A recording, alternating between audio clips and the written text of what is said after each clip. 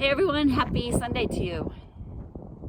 So it's my first time at the barn since Trigger passed away. I just came here to collect his things. I'm not sure what to do with them. Probably just put them in my closet. You know, like his polka dotted blanket. He has two blankets actually, but I wanted to be sure that everyone could always see him. So I had to get him some polka dots. And his hats, I have a variety of hats here, from cowboy hats to rainbows to unicorns. And of course, our Trigger is an All-American, so red, white, and blue. Trigger taught me so much about life. Taught me about discipline and respect and boundaries. No is a complete sentence. Taught me about love. He taught me how to trust God, how to trust life itself, how to trust Trigger, and ultimately how to trust me, myself, my own inner wisdom, and following that inner voice. Trigger taught me that. We wouldn't have made it this far unless I was very determined and persistent in following what I know to be true.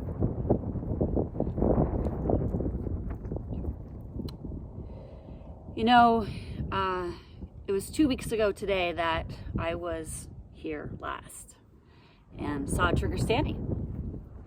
And I always came out twice on the weekends to feed him breakfast in the morning and see him in the afternoon. And so 2 weeks ago on a Sunday, I came after yoga, and it was interesting because someone had already put Trigger in the pasture, so I didn't have to do it. And I thought, oh, good. I won't stop. I'll just keep going and won't bother Trigger. So he was busy eating with his friends over at the feeder, and so I continued just to drive, through the barn area here. But Trigger looked up from the feeder and he noticed my car, and I thought, oh, I'll just keep going. But I looked in my rear view mirror and I could see that his little head was still peeking up from the feeder, and he was probably like, what are you doing? And then I got to the entrance, and I thought, crap, I forgot to write a note for the vet tech for Monday morning. So I stopped, got a piece of paper, wrote a note, and I was walking it over to the tack shed here because I didn't want Trigger to see me. And as I was walking over here, Trigger walked over to the corner, and he's like peeking over the fence, and he's like, what are you doing? I'm like, all right, bud. So I get in my car, I come over and I let him out, and we do our thing. He eats out of the back of my car. I give him a massage. I KT tape him up, and we're good to go. And that day, it was a beautiful day, and he was pretty good. He was in good spirits, and his legs seemed to be, working okay. And then after he finished eating, and I finished taping him up, he walked over to the gate, and I let him in, and he walked over to the feeder, and Curly, one of the horses, was eating. And Trigger put his ears back and looked at Curly and pushed Curly out of the way and took Curly's spot. And I thought, yeah, good job, Trigger. Still got his attitude. I got in my car and I drove away, and I said, he's good. And I went home and everything was great. And Monday I didn't come out because I was busy, and I always mentally checked in, but I didn't feel the need to have to come out. And then Monday night I got a text message from one of my friends who has horses out here, and she's like, Trigger's great. That good. And then Tuesday morning, I look at my Facebook right away, and I see a memory from 5 years ago. I think it's 5 years ago or 6 years ago, I can't remember. And it said, Trigger's going in for surgery today, and say a prayer. And that was the beginning of this this journey that we've been on for the last 5 years, this journey of healing and faith and miracles. So I just, I even reposted that on my Facebook. But before I got out of bed that morning, I thought I should say a few extra prayers. I didn't know why, but I did. And then I thought, I'm going to go for a walk. And I went for a walk, and about 10 minutes down the path, the vet called and said, your buddy is down. And I said, she's like, he's fine, he's sedated a little bit. He isn't hurt. He isn't suffering. I said, okay, I'll just be right out. So I got him, turned around and walked home and got my truck and showed up at the clinic. And the vet met me before I got out of my truck. And I just said, she looked at me, and the expression on her face kind of said it all. And I said, is he still alive? And she said, he would wait for you. He did. He did. But if I think back to maybe 3-4 months ago, the signs were everywhere that I knew that our time was, we were already on borrowed time, but now we're really on borrowed time. It was interesting. I was on this walk on this trail, and this cat is walking towards me. It wasn't just any cat, it was a blue Persian, which caught my eye.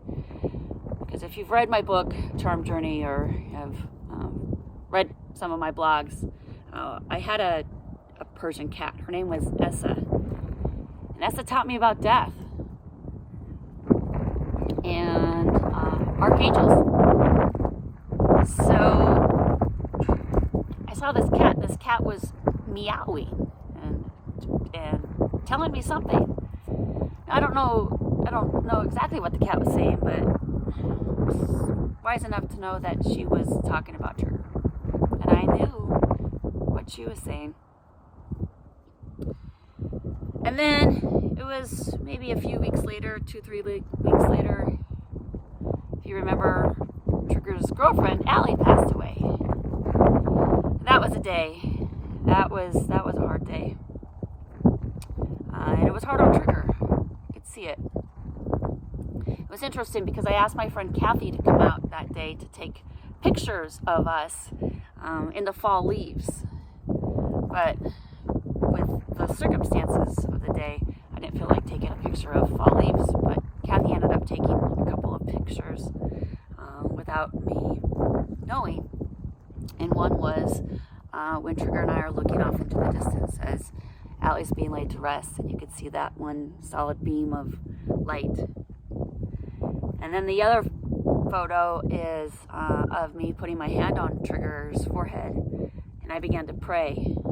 And you can see the energy from my hand to his heart. Actually, it's beyond my hand. It's a stream of light. It's the power of prayer.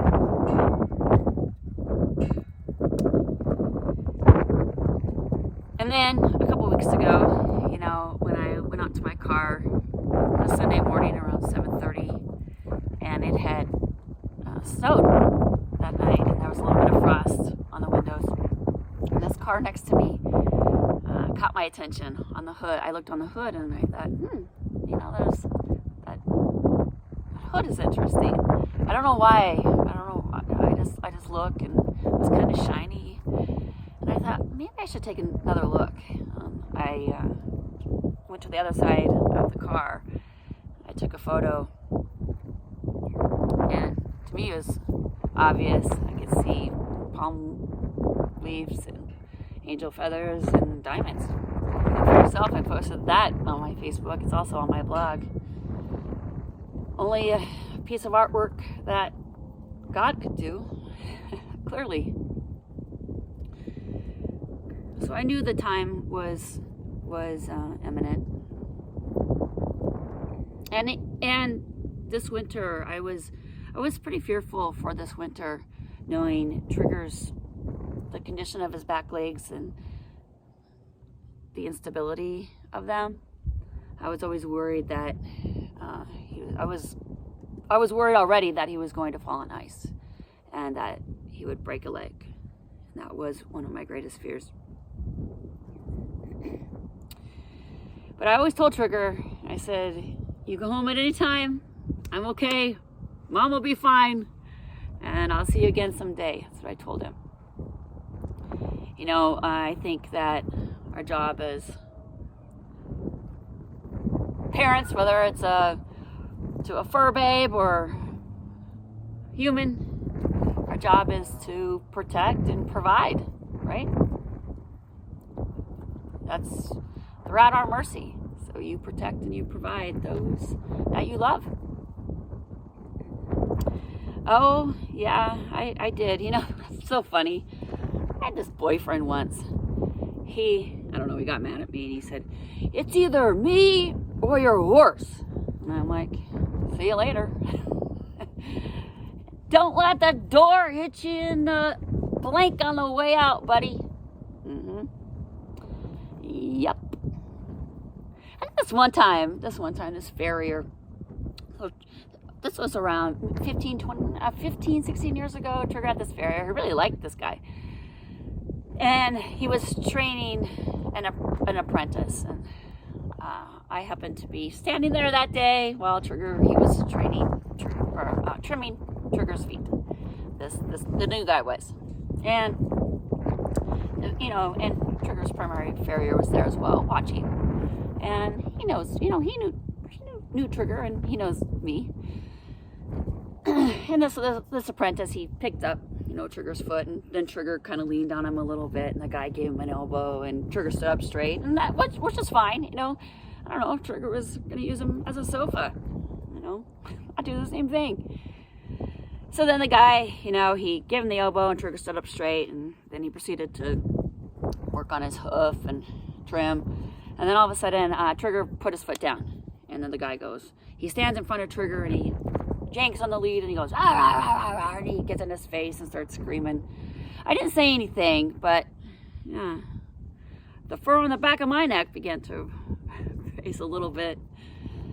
So I just stand there, and the guy picks up Trigger's foot, he begins to, you know, use the knife and rasp it again, and Trigger slaps his foot down. The guy takes his rasp and he smacks Trigger across the face. Grabbed that dude by the back of his neck, and he was on the ground. I said, if I let you up, better behave yourself. I think he found a new career. It's okay. You're on the wrong career to begin with, buddy. Oh, my. Trigger taught me so much about life, so many good memories, and so much fun, a lot of joy. Yep, I'm not quite sure what direction I'm headed next. I know I don't need a horse for a while, or a dog or a cat, or even a goldfish for that matter. But I'm sure the journey will take me somewhere. Anyway, I think that's it for today. So have a great rest of your Sunday. Don't forget to look up. Might see a rainbow. Who knows? Maybe a unicorn. You know, one of my friends told me the day that Trigger passed, he says, you know, Trigger taught us all how to live life. And I said, well, how's that? And he said, pedal to the floor, and one day you just drop. And that's true. Trigger lived his best life. He did. And he deserved it. You know, he truly was the depiction of perseverance and determination, and he believed in himself. Absolutely, he did. He believed in himself. And if he wanted something, he just put his ears back and make a beeline for that goal. have a great rest of your day. And who knows where the next video will be filmed. Probably won't be here. But see where the wind goes. All right. Talk to you later. Namaste.